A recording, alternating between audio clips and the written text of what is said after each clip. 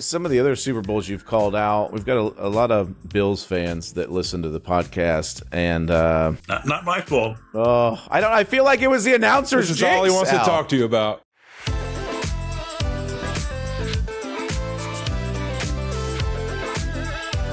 Welcome to Fitz and Whit, and we're back with another bonus episode. I'm Fitz, that's Whit, and this is a Wave original. Yes, we're looking dandy today. I look why? great. Well, Whit'll tell you in a minute why we're all dressed up. Subscribe on YouTube, wherever you get your podcast. Don't forget to give us 5 stars, and follow the show on social media at Fitz and Whit. That's Fitz, A-N-D, Whit. New episodes every week. This episode is presented by Robinhood Prediction Markets. Whit, why don't you tell everyone why we're so dressed up today? Well, Fitz, this is an easy one. Every week you get to go shirtless and I get to rock hoodies because this legend is up there suited and booted. So our guest today is a sportscasting legend. He's the only person to call championships for the NFL, NBA, NHL, and MLB. Ooh. He defined the NFL for nearly 2 decades on Monday Night Football. He's the voice behind some of the most iconic calls in sports history. And now he's our guy on Thursday Night Football. Give a big Fitz and Whit welcome to Al Michaels. Yeah, the legend. The ledge. Oh, hey, There Al. he is, baby. There he is. Wait, this is a coat and tie deal? We dressed up for you, baby. What do you mean? No, you didn't. We're dressing up for you. Well, listen, we won't wear a coat and tie, on a Thursday Night Football set, but you have to, you've had to dress up over the years. So we thought, you know what? This is what we'll do. We'll honor Al. We're gonna rock the coat and tie today, and he can relax in the polo, baby. You guys are just getting in. Don't give me any of that stuff. You're just getting in from last night.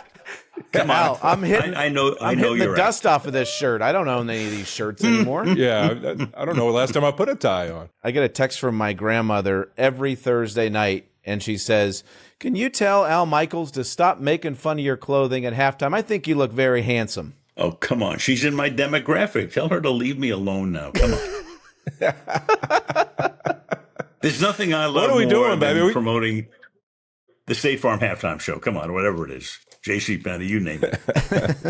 Sponsors all over the place. You always have some good ones for us, that's for sure. You always have some good ones for us. We're nervous. We're worried what you're going to say, but it always is something good, that's for sure. I love it. It's my favorite part of the show. You do know that, right? When you guys have to come out and it's 22 degrees. Oh, these poor babies coming out of the green room. Look at them. I love it. Al, let me get us started off. Obviously, it was an awesome year for us. Long year, though, I know for you guys. A ton of work that goes into it. What are we doing now in the offseason, baby? We working on the golf game? What's going on? Remember Rip Van Winkle? And he slept he slept the entire winter. That's me right now. Wake me up around March 21st when we get to springtime. I'm in repose. Just relax. It's great. It's really cool. Trying to play some golf, out here in Palm Desert right now for a few days. So, living the life. Wow. My golf game is in shambles, Al. Do you have any swing thoughts for me? Are you kidding me? I've got 873 swing thoughts. None of them work. None. He's got a list, Fitz. He actually has a list. Yeah. Whit has seen it. They're contradictory. Sometimes they're all capitals and there are 9 exclamation points, but then they contradict each other. I showed it to Rory McIlroy last year, right? I asked him for a swing thought so I could have like number 875, and he looked at it and he went bug-eyed. He goes, "You can't play golf like this." I said, "No kidding." He said, it's got to be natural. You're thinking too much. The swing is what? It's a quarter of a second? I can't help. Boys, I'm going to start bowling or play badminton or something like that. It's crazy. Just crazy. Unbelievable. Maybe flag football. It's not too late for me to maybe make can you imagine me Hey, making the Olympics? come on, Al. Make an Olympic run. It's going to be big. I think that's going to really captivate a lot of viewers during the Olympics. I know the guys the players are excited about this. I talked to Roger Goodell the other day about it. They're going to make a big effort to make this a big thing. Should be terrific. We'll find out. All right, Al, let me correct me if I'm wrong here. I'll try to do my research. You've called 11 Super Bowls. Is that correct? Correct. Mm-hmm. Okay. Do you have a favorite? Well, of the 11, 8 of them went down to the final minute. So that's pretty cool. There were a whole bunch of ones I could choose from. But if I had to pick one, I would say following the 2008 season, Arizona against Pittsburgh for a number of reasons. Because, first of all, the Arizona Cardinals had been horrendous. When John Madden was my partner, it turned out to be John's last game. And you know, when I think in the introduction, I said, you know, when you think of the Steelers, what do you think about? And he said, you know, championships and rings. When you think of the Cardinals, what do you think about? He said futility. And that was the case because through the years, and don't forget, that's the year they finished 9-7, won the division. I think in the next to last week, they went to New England and lost 47-7, but they won the NFC West. Beat, I think, Atlanta at home in the wild card, go to Carolina, upset them. Beat Philly. It's the 4 against the 6 in the championship game for the NFC. They win that. And then I know Dick Ebersol was at NBC. It was his first Super Bowl since they reclaimed the package. And he was going crazy. He says, we don't want Arizona. I said, Dick, relax. It's the Super Bowl. People don't wake up in the morning and like a couple doesn't go to the kitchen table and go, hey, Zelda, the Arizona Cardinals are in the Super Bowl. Let's go to the movies. They don't do that, Dick. And as it turned out, it got the highest rating at that point of any Super Bowl. So what was in that game? In that game, Kurt Warner's playing for Arizona. Larry Fitzgerald, who had a phenomenal game, obviously. That would have been the postseason for the ages, all 4 games. He was phenomenal. You've got James Harrison, what for me was the greatest play in Super Bowl history. 100-yard interception return at the end of the half. Crazy down the sideline. He's almost getting tackled 15 times. Fitzgerald has to run out of bounds and come back. And then the clock goes to 0. If he's tackled at the 1-yard line, that's halftime. And then you've got Fitzgerald catching a pass from Warner about 50 yards with 2.5 minutes to go. Arizona has the lead. Roethlisberger leads them down the field, keeps making third down conversions, and then that pass to Santonio Holmes with 3 guys on him. So you put all of that together, and then it turned out to be John Madden's last broadcast. That's my favorite. Wow. Mm-hmm. Wow. That is unbelievable. Yeah. I'm glad you don't remember anything from that game, though. Unreal. That's so cool. Hey, to your point, Al, which is hilarious, Fitz shared a text with me this morning of the Arizona Central, the newspaper. To your point about Arizona, Scadaboo is on the front page playing charity softball tournament, and like page 6 in the back in the little corner, it says, you know, Mike LaFleur hired as the Arizona football coach. It's like, think about that. Al, you had to go all the way to page 5. And I know you're an Arizona State guy, so you're a Scadaboo guy, right? I love Scadaboo. Oh my God, that performance in the bowl game against Texas. I mean, think about what he did that day.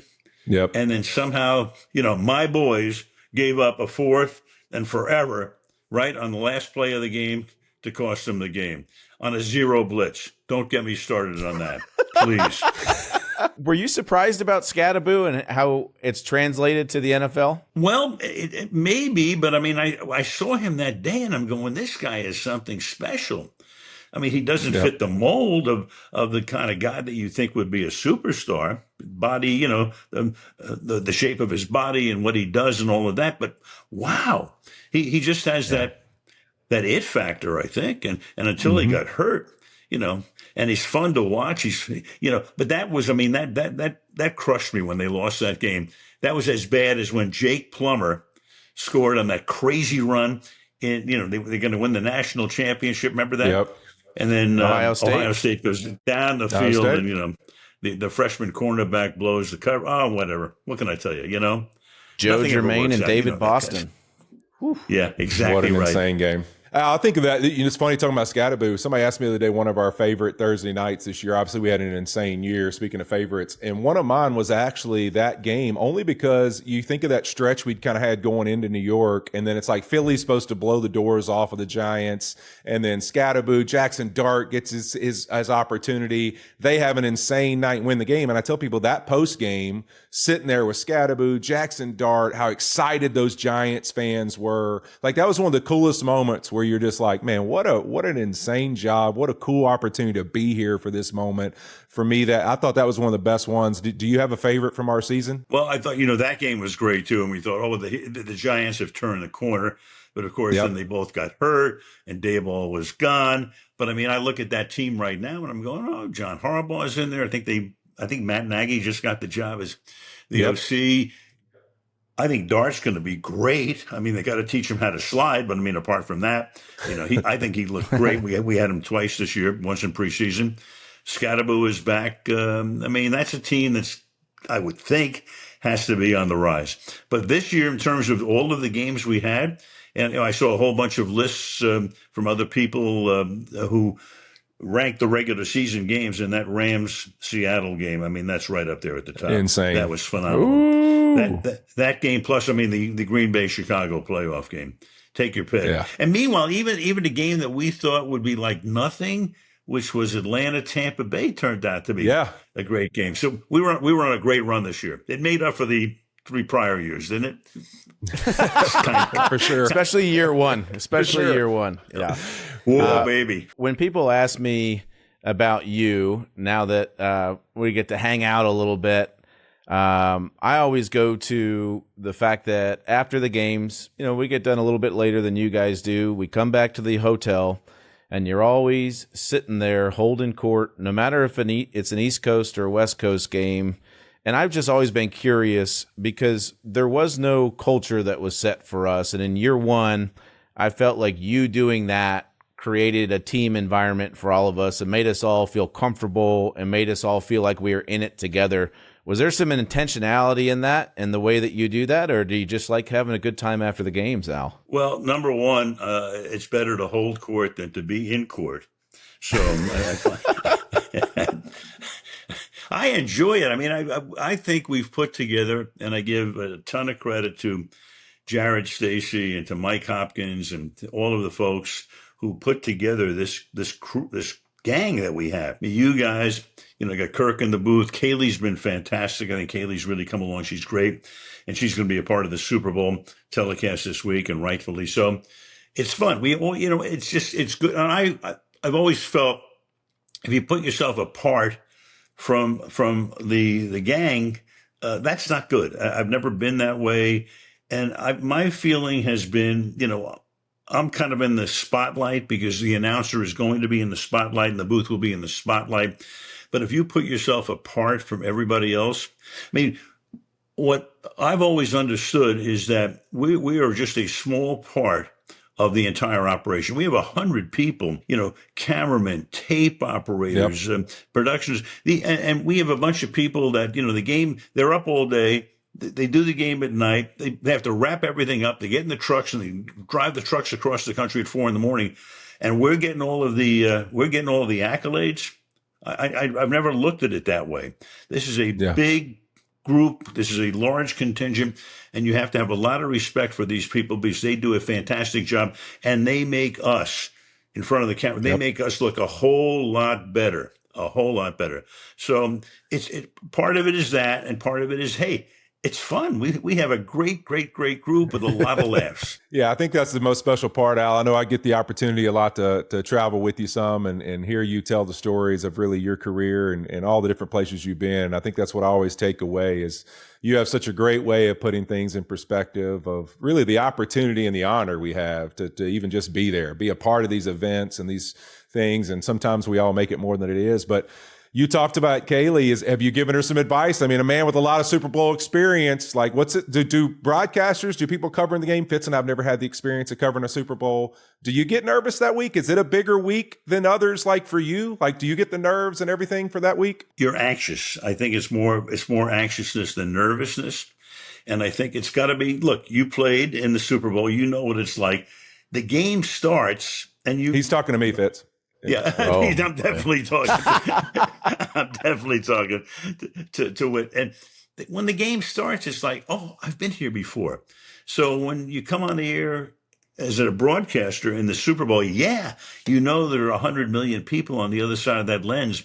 But once the game starts, you've been there. This is what you do.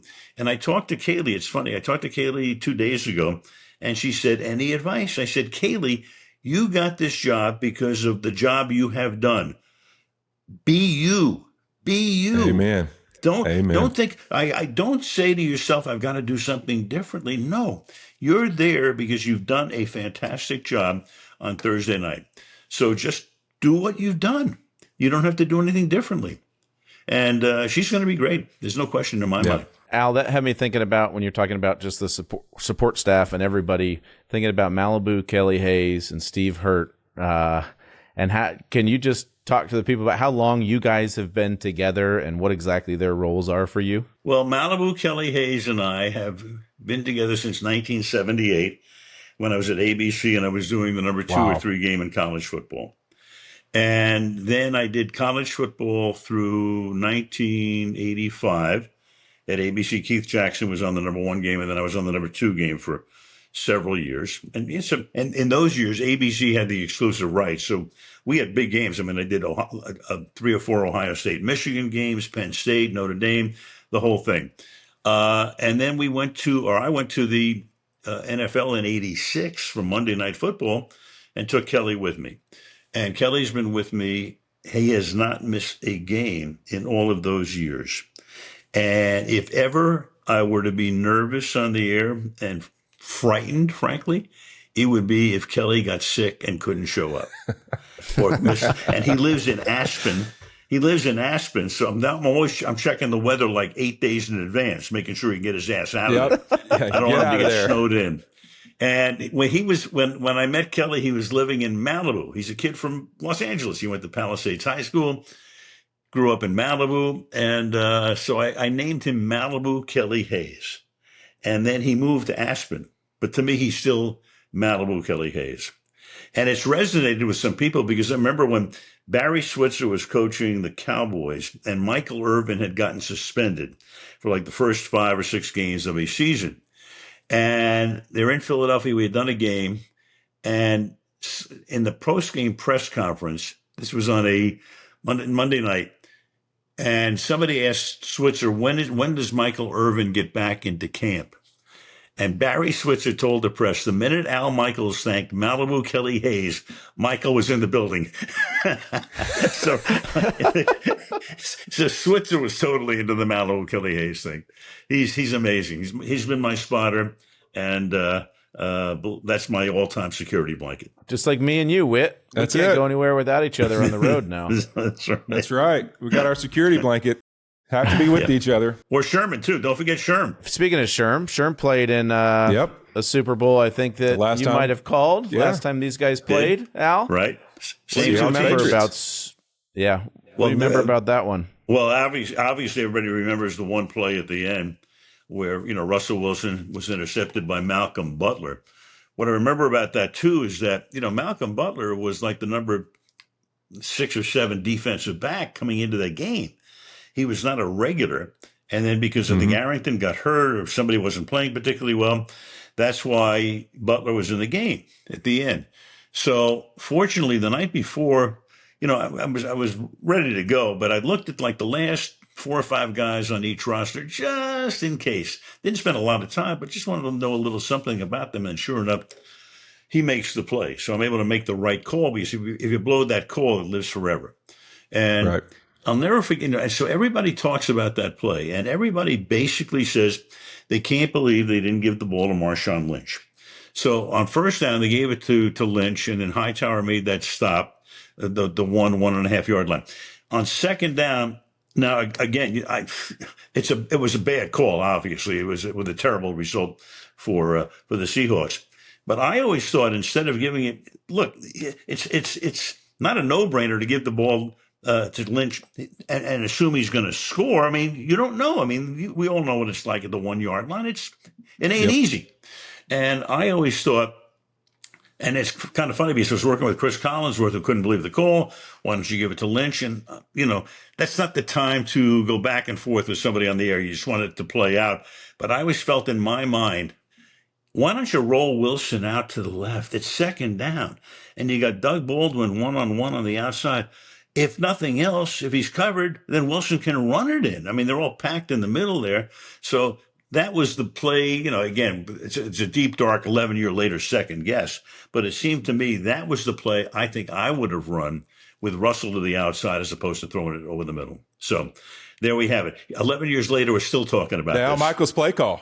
I love it. Al, I actually went back and watched that game. And I forgot. I love the play call there. I'm with you on that. I love a good rollout. But I was going to say, I went back and watched the game. I forgot all about that 2 weeks leading up to there was the whole Deflate-Gate thing. You and Chris kind of talk about it in the broadcast. You're like, man, what an insane 2 weeks. Chris talks about like, I really challenged him with questions, like wanting answers. Like I just had forgotten all about that because so much is made up with the Marshawn Lynch thing. I'd forgot all about the 2 weeks before, prior to that game. Totally.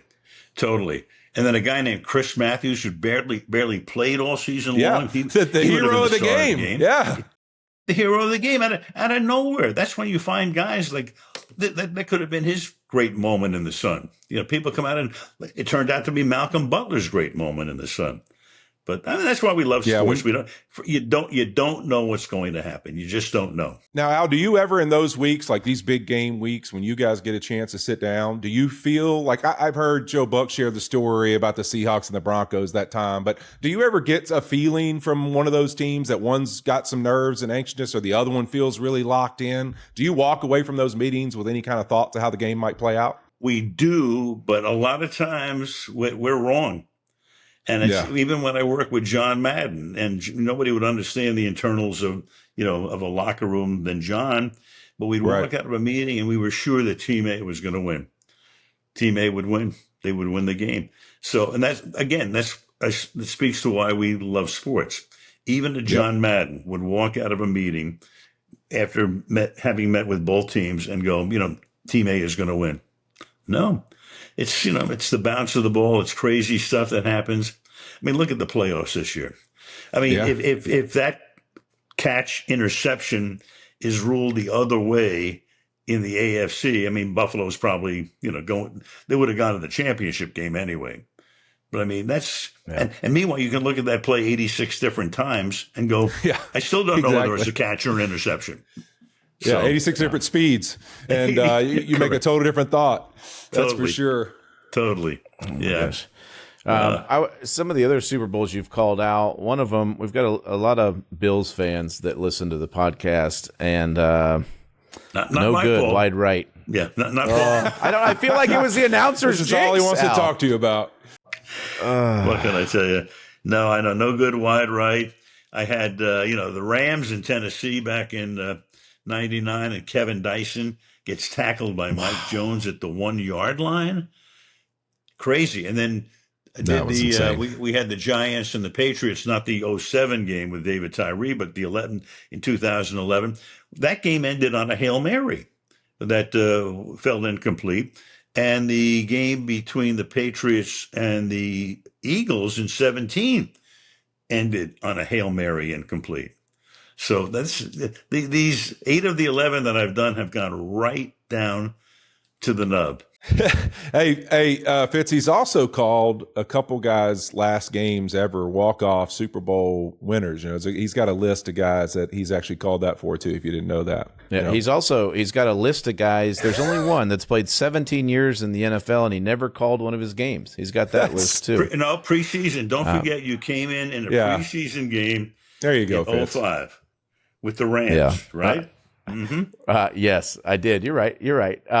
So I mentioned Steve Hurt earlier. He gave me the stat, and this year I think we can count it. He said there's never been a Fitzpatrick that has won an NFL playoff game in the history of the NFL. John Fitzpatrick went on IR for the Packers, but they technically won a game.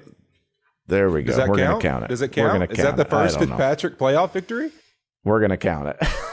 Is there a Fitzpatrick in the game this week? I don't think so, right? No, not this. Maybe next year. We'll see.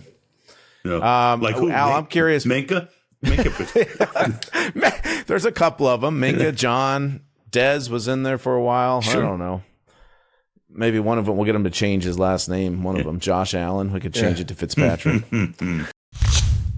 What if sports were traded like markets? Now you can put your sports IQ to work in real time with Robinhood prediction markets. It's not you against the house. It's you participating in a live market. You can buy or sell your positions live all game long. Use your sports knowledge in the moments that matter. Robinhood prediction markets changes the game. It's people moving the action. So when momentum shifts, you can move with it. I always knew the game, but never had a dynamic way to apply that knowledge. Now I can actually take part live in a market powered by people. You're no longer just a spectator. Play by play, you decide. Trade every play with Robinhood. Now available across the U.S. Download the Robinhood app now to begin. Futures and cleared swaps trading involves significant risk and is not appropriate for everyone.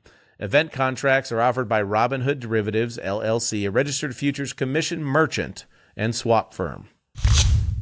Before we let you go, because I know you're a busy man, Al, I got to get some, just curious, like some rapid fire questions here. One of them, as you were just talking about some of these Super Bowls, is there a stadium for you that gives you the best sight lines to call a game? One of your favorites? It's very interesting because it's one of the oldest stadiums in the league, Kansas City. They built it vertically, so we kind of sit right on top of the field.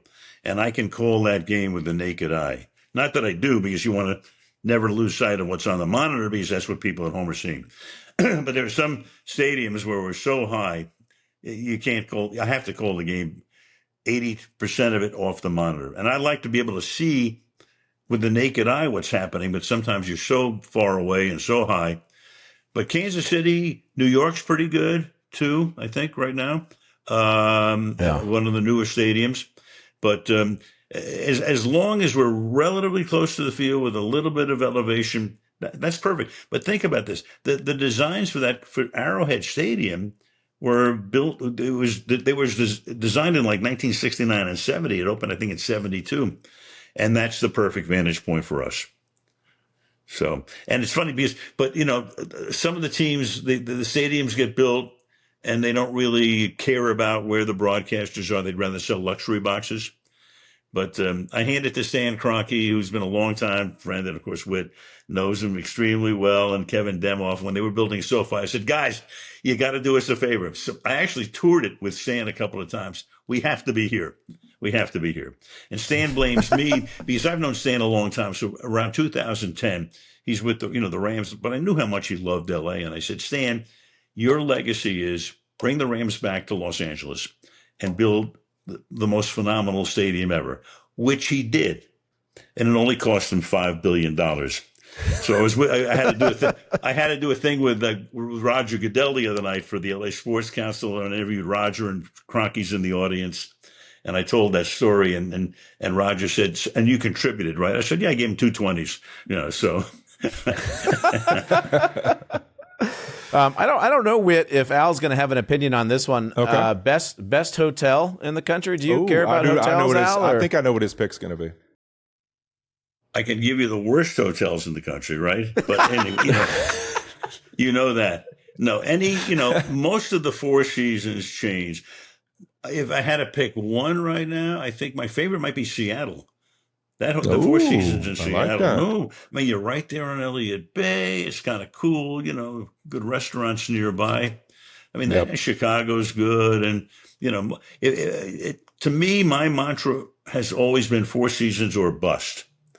So, we know that. As far as I'm concerned, when we're staying at a Bon Voyage, I'd rather have it, for me, be Bon Voyage. We get the hell out of there. No doubt. You put me on the Four Seasons Philadelphia. I took my boys back there for the Rams-Philly game last year in the playoffs. That place is unbelievable as well. Oh, you have to. The one in Washington. Oh, Baltimore is very good, too. The Baltimore Four Seasons. It's right up there for sure. So. What's the best steak in Brentwood, Al?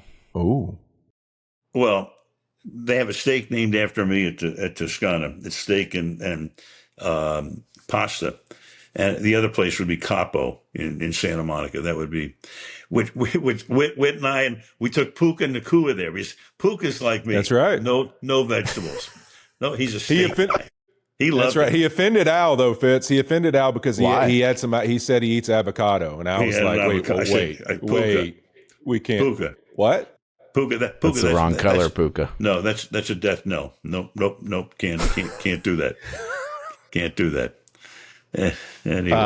Al, I'm curious the best round of golf score wise that you've ever played. Believe it or not, that's a good one. I shot 79 at Bel Air in 1998. I did it twice. I have witnesses.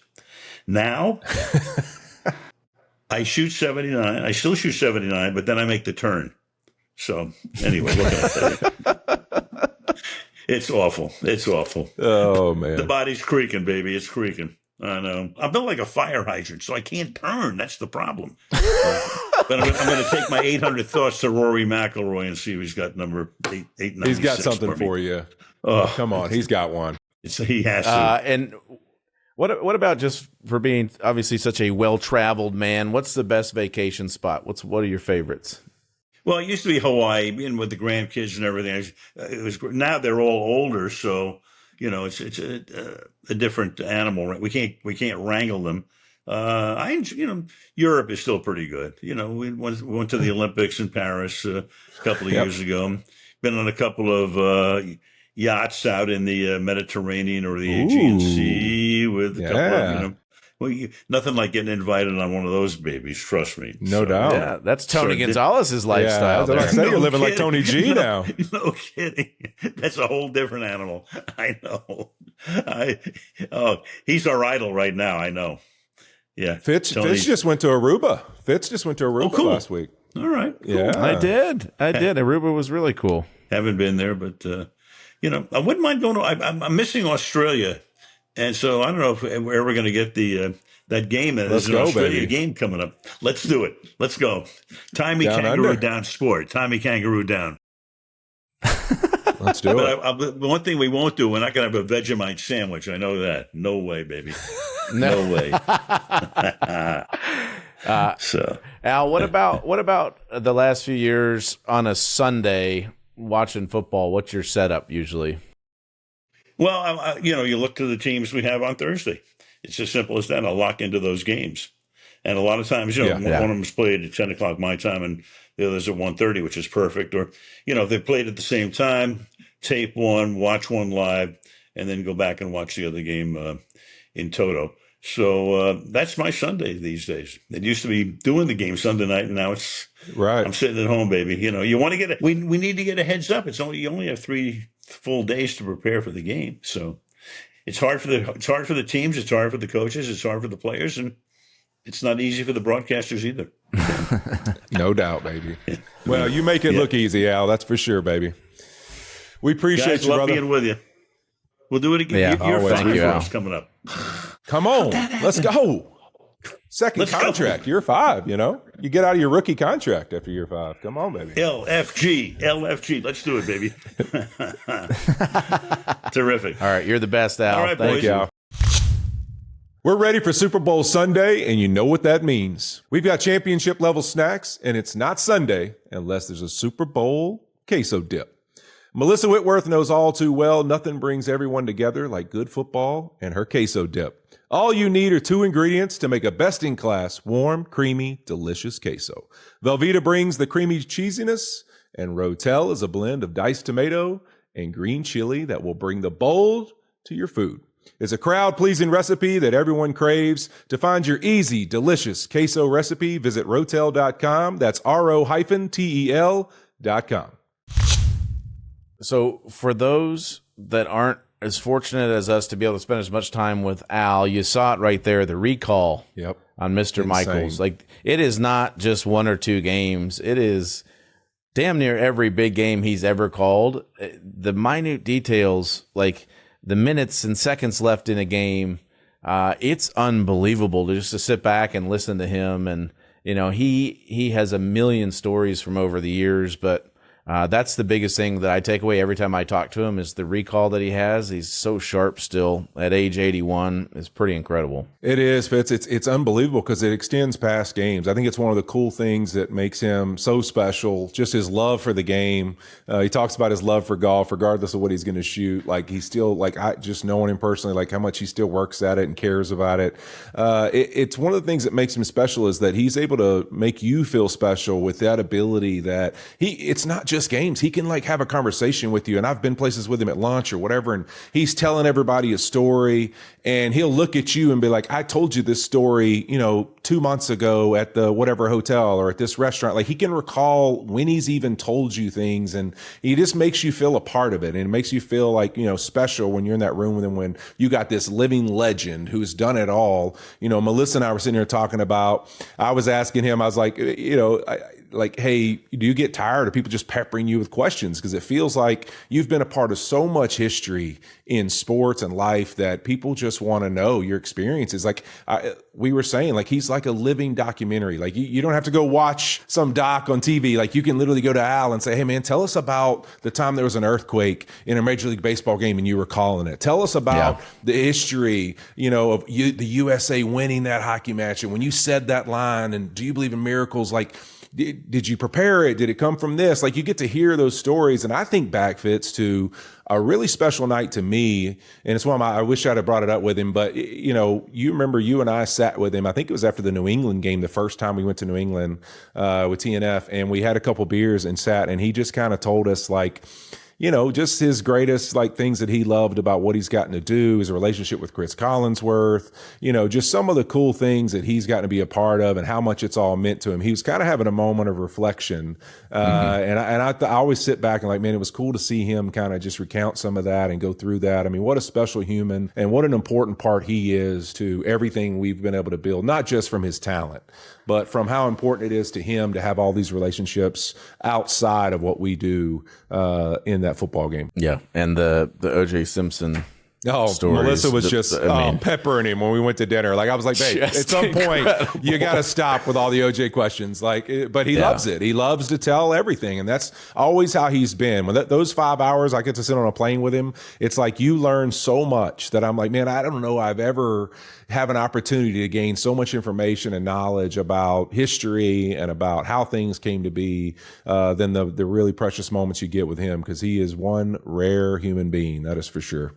Yeah, and we have the Al Michaels rule, which is after Thursday night football. We can't. We talked about we can't go to bed before Al. So I mean, Whit and I will be looking at each other dragging at 2 in the morning. God. I mean, like, is this it? Is Al turning it in soon? Because we can't. We're not leaving before Al. There's no way. I had a Houdini this year. I did. I left a little early. I did have a Houdini this year. I got gave you. You know what? I'll give you some grace for that, because it was a tiki bar. The lights were low. You were ducking the whole night. Give me a little grace. Appreciate it. I meant to tell him too. I'll tell him next time we see him. The Miracle on Ice call. That was the first movie, when they made the movie, that Liza and I saw together. Oh, really? So, yeah, I like to refer to it as the Miracle in Cambridge, that she actually went out with me. So he had a hand. He had a hand in it. Just Look a at small. That. There you go. Al Michaels. Thanks to Roe for sponsoring this next segment. We're ready for Super Bowl Sunday, baby, and legacies are on the line.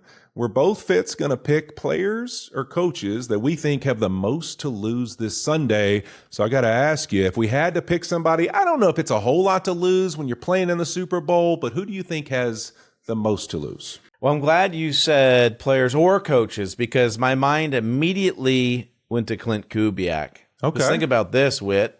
He's now going to be the head coach of the Las Vegas Raiders. They are not going to be starting as a team that's going to be favored to be in the Super Bowl next year, nor the year after, nor the year after. They are at rock bottom right now. He's going to have to build that team back up. But this, an opportunity in the Super Bowl with Sam Darnold, who he was with in San Francisco. This is a really big moment for him, and it would be a nice little feather in his cap when he walks in as a head coach to Las Vegas. He may not see the Super Bowl for a long, long time. So I think this is a huge moment for Clint Kubiak, and he has the most to lose on Sunday.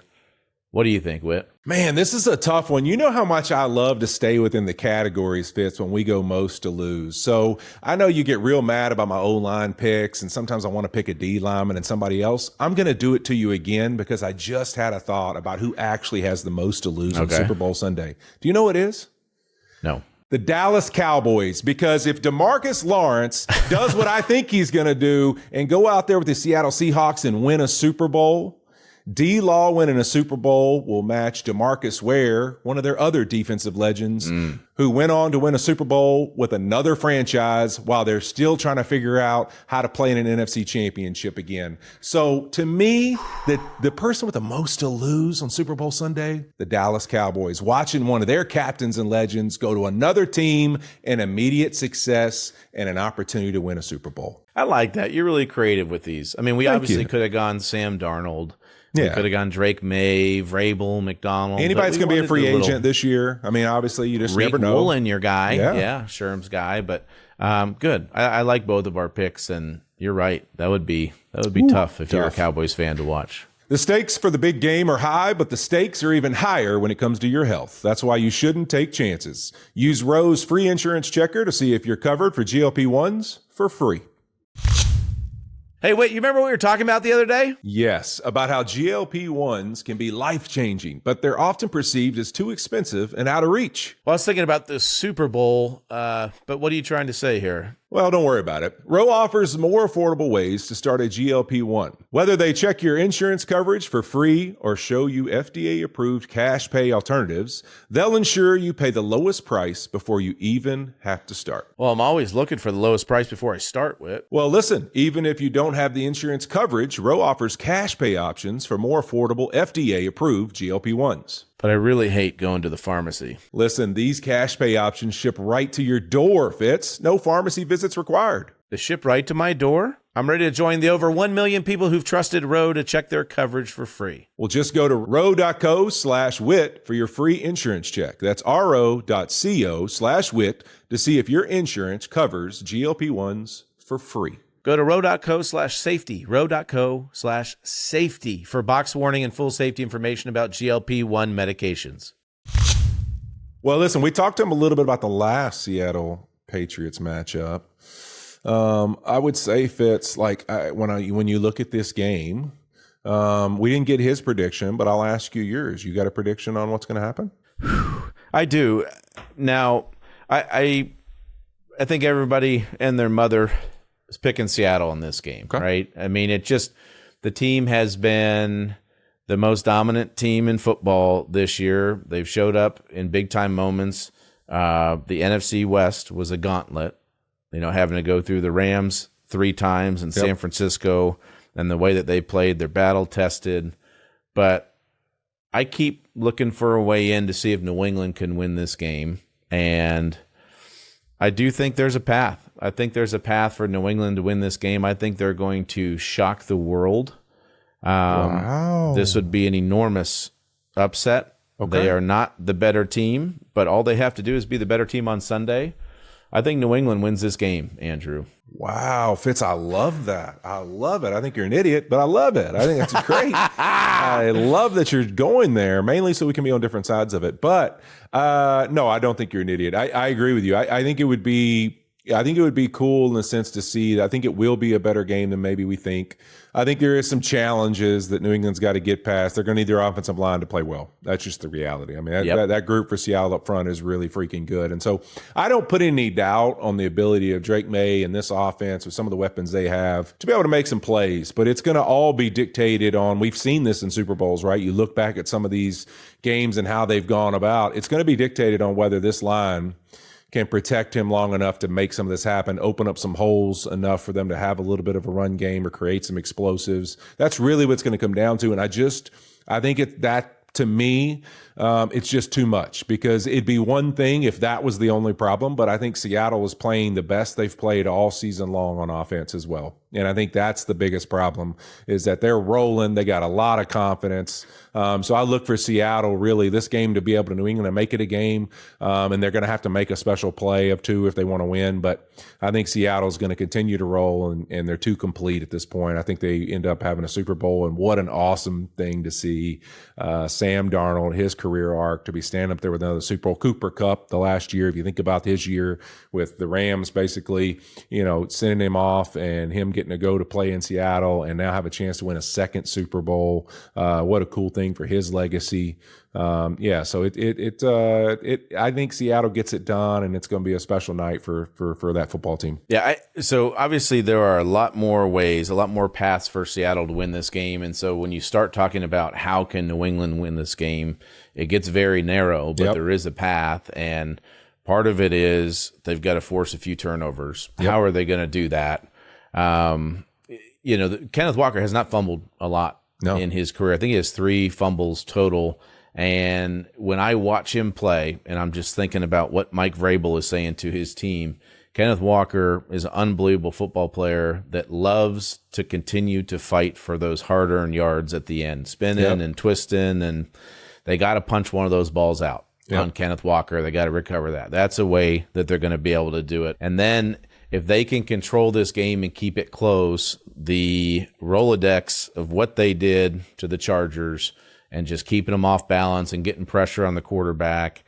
Mike Vrabel, even though he didn't coach with Bill Belichick, comes from the let's take away their best player and see what happens. How did they stop JSN? I think their secondary is an advantage. Obviously, Christian Gonzalez, one of the best corners in the league. But then you look at offensively, Josh McDaniels is going to be a huge part of this game. Yep. The experience he has been there and done that. Hasselbeck mentioned this the other day when we talked to him, but the trick plays, there's going to be 2 of them. Are they going to hit? Seattle's going to be ready for him, but are they going to hit? Ramondre Stevenson has to have an enormous game. They have to control the clock. Yeah. They've got to start putting pressure on Seattle's offense, start feeling like, gosh, we got to get going and do something. And then just the coverage indicators on third down. Seattle does a great job of playing too high, keeping everything in front of them. They will have nice disguises, but when they are in man coverage, I think Drake May, the way he's thrown the deep ball this year, there is an advantage with New England on the outside. Yep. And Josh McDaniels has to have ways in order to tell Drake May before the snap of the ball so he can get it in his mind. We're going to have an opportunity to take shots on the outside. He's going to have to hit at least 2 of them in this game. And he's shown that he's been really consistent about that. Some of the Rams' production, being able to throw it down the field a little bit. I thought it was interesting too, Fitz. I was watching the last Super Bowl Seattle Patriots, and just their patience in that game of, all right, Seattle's great on defense. We're just gonna meticulously, we're gonna take the 2-yard, 3-yard catch.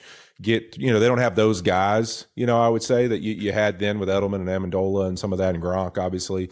But it was so patient. And so these guys are so good on defense. We are just going to literally chip away all day long and just not make mistakes. The difference in this game is I think with Drake May and some of the guys they will be able to take some shots down the field. But I thought that you really look at it, it'll be interesting to see what Josh's plan is in this game. And when I was watching it, there's a lot of heavy O-linemen too. And I was sitting there in my mind, I thought, was Will Campbell. He's an athletic kid. Is he going to catch a touchdown pass in this game? Could there be an eligible situation? So that's what I'm hoping. That's what I want to happen. I want 318 to score a touchdown in the game. That's my hope. I hope Will Campbell gets a tackle eligible, but more than likely it wouldn't be him. But I want to see an O-lineman get one in this game. I think Josh will dial it up. They get down in there. Yeah, and I think you mentioned this last week, but the week's rest for Drake May, I think, is helpful just to regain some of the confidence because it has been a rough stretch, the 3 games not playing great, but he's going to have that clock in his head because these guys are coming.